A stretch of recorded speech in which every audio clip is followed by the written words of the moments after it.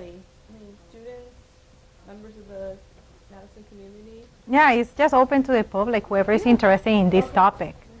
Yeah. So I think we'll get started, and if any other stragglers pop in, that'll be just fine. So good afternoon. My name is Sarah Ripp. I'm the Outreach Coordinator and Undergrad Advisor for the Latin American, Caribbean, and Iberian Studies program. And this is the second installment of a three-part series that Dr. Carolina Bailey has been coming over here from Madison College to continue. Today we've got the role of women in indigenous communities, in Bolivia and Peru. I want to tell you a little bit about Carolina. She's a Spanish instructor at Madison College. She earned her linguistics and second language acquisition degrees at UW-Madison. During her recent trip to Peru and Bolivia, she visited indigenous communities to see how globalization has affected these communities. Currently, she is actively participating in an initiative to help improve the environment for diverse populations in academic settings. She's also a mentor for the Students of Color Mentoring Program, as well as a member of the Diversity and Community Relations Council at Madison College, and also a member of the Latino Professional Association. So please join me in welcoming Carolina today. Thank you so much. Thank you. Thank you everybody for coming. The talk today is going to be about the role of women in indigenous communities in both Peru and Bolivia. So as Sarah mentioned, I had the opportunity to participate in a research trip in Peru and Bolivia. So I'm going to talk a little bit about that. It was a 5-week trip to Peru and Bolivia, and it was to see about how indigenous communities were affected by globalization. My degrees are both in second language acquisition and linguistics, so when I went there, it was more to look at language preservation, but then after interacting with these wonderful communities, all of my horizons just wide open about so many things that are happening that I think are very important for people to know and to find out. So we were 14 different instructors from different fields. So it was people from sociology, ecology, philosophy, languages, psychology, women's studies. So there were so many fields that were represented. So we were a group of instructors and professors that were going. Some of the indigenous communities that we visited, this is just a snippet. We actually visited way more than this. So in Tocolia, Chacachi, Santa Rosa, Lima, those are the ones in Bolivia. And in Peru, we visited Santa Rosa de Huacaria. This is in the Amazon. Willock and Patacancha and Pisac. So kind of like gives you a little bit of an idea of what communities we visited in Peru and Bolivia. Just a little bit of background for the two countries. Bolivia is called now the Estado Plurinacional de Bolivia. The name now, it changed to Plurinacional in order to honor the fact that you have, that in Bolivia there are many different indigenous communities, so it is not just the mainstream Spanish speaking language, but also they wanted to honor the fact that there are so many indigenous communities that now it has plurinacional, so different nations represented within this name. Also, the other hidden purpose for the change of this name, of course, it has to be political. When Evo Morales came to power, the country was called just Bolivia, right? So then he was elected for a second term, and he was still having a lot of support from the indigenous communities. And when his second term was finishing, of course, he was still having some support from the indigenous communities, but he couldn't be reelected a third time for being the president of Bolivia. But, always a but, you could be the president of a different country.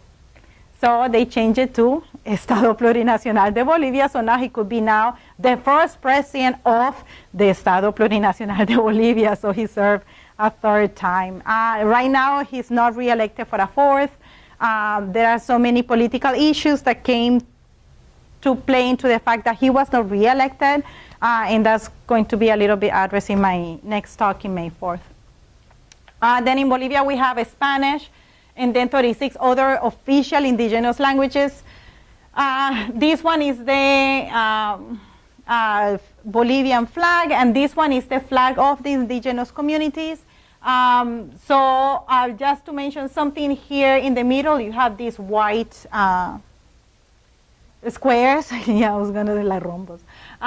These squares here, and that it represents the Andes. So it's very symbolic, the flag. Then for Peru, Peru has not changed the name, no reason why for the moment. And then the languages, the main that are spoken are Spanish, Quechua, and Aymara. And this is the Peruvian flag, and this is the indigenous flag. I mentioned this, that when we were in Peru and also in Bolivia, when this flag was posted on the buildings, tourists were super happy, thinking that it was like, oh, you know, gay pride, yeah. And it's not gay pride, it's, you know, the indigenous pride flag. So it was kind of like funny to see that a little bit, because they were like, you know, taking pictures, you know, how open they were, open-minded. And no, it's the indigenous flag. It's a total different symbolism here. Okay, so in this talk, I'm going to talk about it's going to be three different parts. Women in traditional roles, women and education, and then women in politics. So that is how this talk is going to be divided. So women in traditional roles. When we were visiting these indigenous communities, it was very, they were explaining to us that there were very definite roles in these communities. So you have the women, they stay at home, they help raise the kids, they take care of, you know, things around the house, they do handcraft stuff, and men, they go hunting, they go and take care of the crops, they go and take care of the animals. So it was like very definite roles in these indigenous communities. So it was very interesting to see that. Other things that were even more interesting, well, that's just me, that I found it like amazingly interesting, was the fact that the marital status were always very visible for women. There was no marker of marital status for men. What do I mean by that? For women, it was, for example, in the clothing. The clothing will mark if a woman was married or not. So I brought here some examples. So in Bolivia, a lot of the skirts that we saw were the polleras. So these things are like these super heavy skirts. That they are super beautiful on top of that. I love them. But this pollera, as you can see, it's like super bulky, but it's just one long fabric. And they just fold it, so it's different folds, right? And this shows that this is a married woman's skirt, right? This kind of a skirt shows that it is a married woman. For a single woman, then it's a little bit more simple in the sense that it doesn't have all of these foldings, but it will have like more shiny stuff. Things that will say, I'm single, you know, available. So I found it super interesting that it was a visual marker, like very visual, very big, to show that I am married. Then in Peru, just give me just 1 second. I'm gonna have to take this one off. Oh, oops, there he goes. Then in Peru, it was the same notion with the skirt. So we visited this we saw it all over, and here we have a woman from the Willock community in Peru, so they will have this skirt also. If you're married, very simple skirt. You see there's nothing shiny, no, you know, something that is gonna cut the attention of the man. Nothing like that. It's very plain, very simple. And also with the hats. So if you see that hat, that's a married woman hat. This one is a married woman hat. Let me just do this. So this one, as you can see, is also very simple. If you're a single lady, then you are shiny all over, and you put as much things as you can, you know, to signal that, you know, you're not taking, you know, the shinier the better, the more it's going to attract the male counterpart. And also, if you see here, really not that shiny. It's just very simple hat, very simple, very gorgeous. I love it. So I can see that there is a cross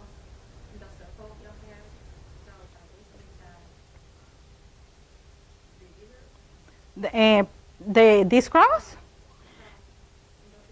Uh-huh. Like if it means something?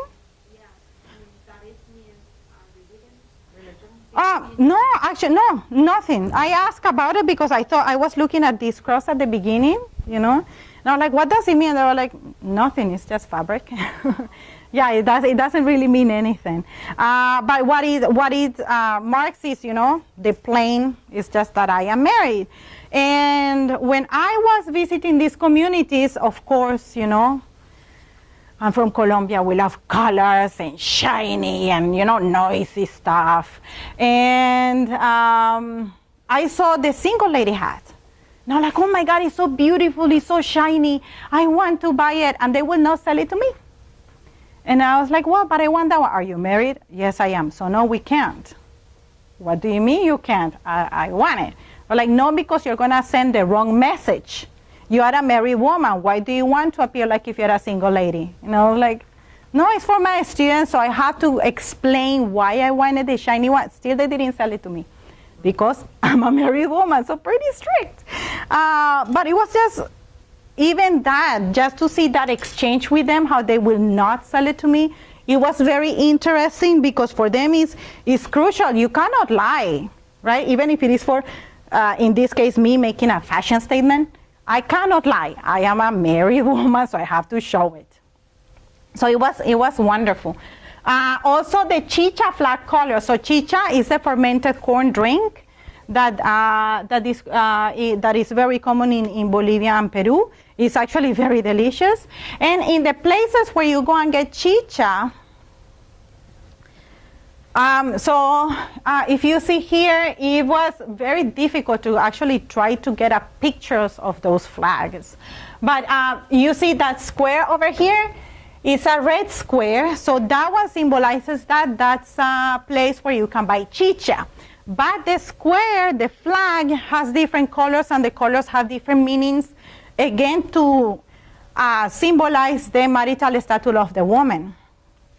So if it was red, it's a married woman that is selling the chicha, so she's not available for flirting. Okay, so you have to be respectful, she's taken. Then if it is white, you know, it's single, you can go and flirt, no problem.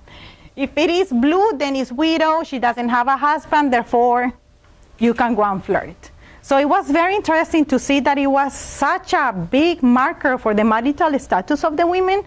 But it was just for women. Well, I asked if there was something for men, and they were like, no, it's just that, you know.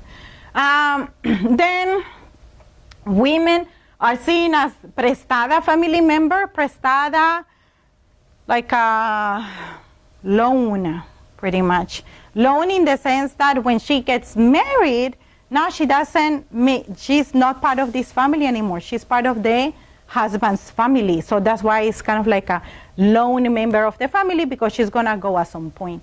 But because of this, the way that it's seen that, okay, she's going to be someone else's family member later, then there is not so much education that is invested on women, because it's, you know, why to invest in something that is not going to remain with you. So that's one of the issues that I'm going to explain later on in the women and the education, that women are really fighting for this, that they have a voice, and that they are really fighting for education. So this is the pollera that I was telling you. So this is just, you know, one of those examples. And that red thing that you see there is the aguayo. It's going to be very important later on. So this is an aguayo, and it's this amazing fabric that women use. We saw it mainly in women. I only saw it on men very few times, really, really few times. It was women, and they would carry babies here. How I tried to do it once, and they will not let me, of course, allowed to do it without a real baby. But it was super interesting, and the symbolism of the aguayo is really interesting. I'm going to explain a little bit why. So women in these communities are seen as the keepers of the culture, the keepers of the language, keepers of the identity. Remember that they are the ones that are staying home raising the kids. So they are really seen as the pillar of this foundation to really help protect cultural identity. Just as a for diverse populations in academic settings. She's also a mentor for the Students of Color Mentoring Program, as well as a member of the Diversity and Community Relations Council at Madison College, and also a member of the Latino Professional Association. So please join me in welcoming Carolina today. Thank you so much. Thank you.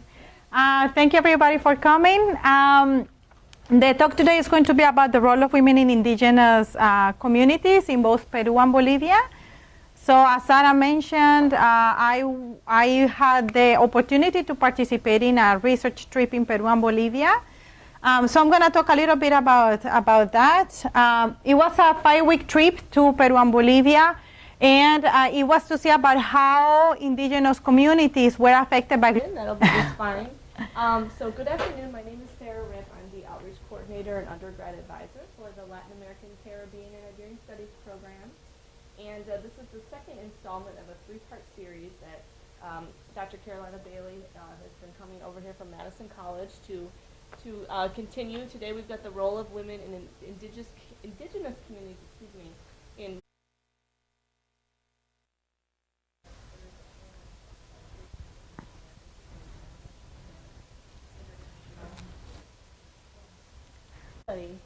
students, members of the Madison community. Yeah, it's just open to the public, whoever is interested in this topic. Yeah. So I think we'll get started, and if any other stragglers pop in, Bolivia and Peru. I want to tell you a little bit about Carolina. She's a Spanish instructor at Madison College. She earned her linguistics and second language acquisition degrees at UW-Madison. During her recent trip to Peru and Bolivia, she visited indigenous communities to see how globalization has affected these communities. Currently, she is actively participating in an initiative to help improve the environment